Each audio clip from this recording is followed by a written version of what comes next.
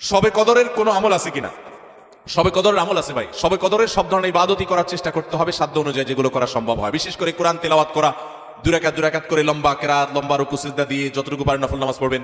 বিশেষ পদ্ধতির নামাজ, শবে কদরের নামাজ এত রাকাত, অমুক সূরা এতবার, প্রথম রাকাতে দ্বিতীয় রাকাতে এতবার, এগুলো মন গড়া, এগুলোর কোনো ভিত্তি কোরআন হাদিসে নাই। তবে দুই রাকাত করে যত লম্বা রুকু দিয়ে সিজদা দিয়ে অনেক সময় নিয়ে দুই রাকাত নামাজ 5-7-10 মিনিট ধরে যত বেশি সময় ধরে পারেন লম্বা কেরাত রুকুতে নামাজ পড়বেন। এক, তেলাওয়াত বেশি বেশি করবেন, যত সুন্দর করে সম্ভব তেলাওয়াত শুনবেন, শোনাশুনি করবেন, কোরআনকে সময় দিবেন, কোরআন স্টাডি করবেন এই রাতে। আর বিশেষ করে একটা দোয়া আমাদের আয়েশাকে রাদিয়াল্লাহু তাআলা আনহাকে নবী করিম সাল্লাল্লাহু আলাইহি ওয়াসাল্লাম শিক্ষা দিয়েছেন, আল্লাহুম্মা ইন্নাকা আফুউন তুহিব্বুল আফওয়া ফাআফু আন্নী। আল্লাহ আপনি ক্ষমাশীল, ক্ষমাকে ভালোবাসেন, আপনি আমাকে ক্ষমা করুন। আর আল্লাহর কাছে দোয়া, ইস্তেগফার, রোনাজারি, চোখের পানি ফেলা, গুনাহ মাফ চাওয়া, এগুলো করতে থাকবেন। দান সাদেকা করার সুযোগ থাকলে সেটাও করবেন। অর্থাৎ যে কোনো সাধারণ আমলই করবেন। হাদিসে বিশেষ করে এই দোয়াটার কথা বলা আছে, এটা আমরা লাইলাতুল কদরে পড়বো। শবে কদরের নামাজের নিয়ম কি, কত রাকাত পড়তে হবে একটু জানাবেন। শবে কদরের নামাজের নিয়ম কি? একটু আগে আমরা বলেছি যে শবে কদরের নামাজের আলাদা কোনো নিয়ম নাই। অন্য যে কোনো সময় যে আমরা নফল নামাজ পড়ি ঠিক একই পদ্ধতিতে আমরা শবে কদরে পড়বো, লাইলাতুল কদরেও পড়বো। আমরা বিশেষ করে অনেকে মনে করি লাইলাতুল কদরের প্রথম রাকাতে অমুক সূরা এতবার পড়তে হয় সূরা ফাতিহার পর, দ্বিতীয় রাকাতে তমুক সূরা ততবার পড়তে হয়। এগুলো সবগুলো মানুষের নিজেদের বানানো। কোরআন বা হাদিস এরকম কোনো ফরম্যাট শবে কদরের জন্য আলাদা ঠিক করে দেয় নাই।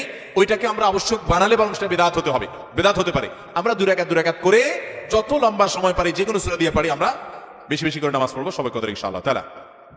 রোজা রেখে রক্ত দেওয়া যাবে কিনা? মানুষকে রক্ত দান করা সওয়াবের কাজ। কোন রোগীকে চিকিৎসার জন্য রক্ত দেওয়ার প্রয়োজন হচ্ছে, আপনি রক্ত দিতে পারবেন, কিন্তু রোজা রেখে দিতে পারবেন কিনা? উত্তর হলো, যদি রোজা রেখে রক্ত দিলে আপনার রোজার কোনো ক্ষতি না হয়, আপনি দিতে পারেন।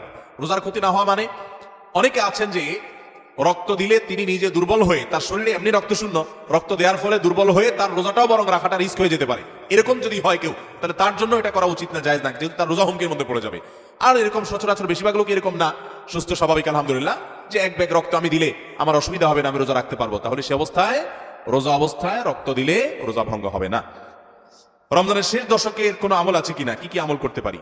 রমজানের শেষ দশক হলো আমলের সবচেয়ে গুরুত্বপূর্ণ দশক। ভাইরা আমার, নবী করিম সাল্লাল্লাহু আলাইহি ওয়াসাল্লাম সম্পর্কে আমাদের আয়েশা বলেছেন, কানা ইয়াজিতাহিদু ফীহি মা লা ইয়াজিতাহিদু ফী গায়রি।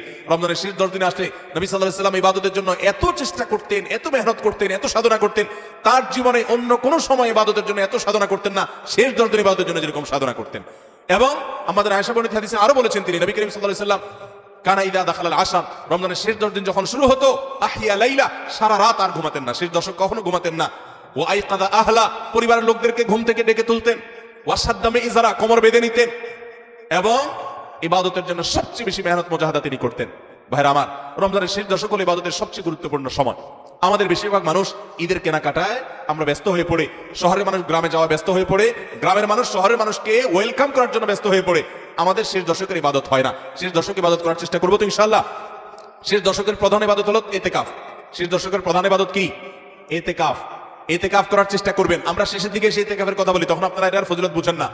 নবী করিম সাল্লাল্লাহু আলাইহি ওয়াসাল্লাম রমজান রোজা 3য় হিজরিতে ফরজ হয়েছে, তার ওয়াফাত পর্যন্ত কোন বছর শেষ দশকের ইতিকাফ ছাড়েন নাই, মসজিদে ইতিকাফ করছেন। যুবকরা ইতিকাফ করবেন তো ইনশাআল্লাহ। 3টা ইবাদতের স্বাদ নগদ পাওয়া যায়, আমি কোরআন হাদিসের আলোকে আমার অভিজ্ঞতার মিশেলে আমি জানাচ্ছি। এর মধ্যে একটা হলো, লম্বা সময় নিয়ে যদি সিজদা দিতে পারেন, বিশেষ করে তাহাজ্জুদে, তো দেখবেন এটার স্বাদ আপনি অনুভব করবেন। আর দ্বিতীয়টা হলো ইতিকাফ। ইতিকাফ রমজানের শেষ দশক যদি মসজিদে বসে যেতে পারেন, গাঁটি বুসকা নিয়ে, কিচ্ছু করতে পারেন না, শুধু বসে গেছেন মসজিদে 10টা দিন, আপনার ফিল হবে যে আপনি আল্লাহ তাআলার চৌকাঠে এসে পড়েছেন। ইতিকাফের মজা যারা একবার পায়, তাদেরকে এটা থেকে দূরে সরা রাখা যায় না। আর 3 নম্বর হলো আরাফাতের ময়দানের দোয়া। এটাতে যে স্বাদ, এই 3টা স্বাদ যে পাইছে, সেই স্বাদগুলো কখনো আর ছাড়তে চায় না। আল্লাহ আমাদের সবাইকে ইতিকাফ করার তৌফিক নসিব করুন। রমজানের শেষ দশকে ইতিকাফ করবেন, বেজর রাতগুলোতে বেশি বেশি ইবাদত করবেন, অন্য রাতগুলোতে ইবাদতবন্দি বেশি বেশি করবেন, কোরআন তেলাওয়াত বেশি বেশি করবেন, কারণ এই দশকে লাইলাতুল কদরে কোরআন নাজিল হয়েছে। আর নফল নামাজ, অন্যান্য দান সাদেকাও বেশি বেশি করে করবেন। রমজানে নারীদের প্রচুর ব্যস্ততা থাকতে হয়, তাই নারীদের জন্য অধিক ফজিলতপূর্ণ কোনো আমল আছে কিনা? আমাদের মা বোনরা রমজানে অনেক বেশি ব্যস্ত হয়ে পড়েন। মা বোনরা রমজানে বেশি ব্যস্ত হয়ে পড়েন, সেই জন্য তাদের ব্যস্ততা কমিয়ে আমল এবং ইবাদতের সুযোগ করে দেওয়ার দায়িত্ব আমাদের পুরুষদের।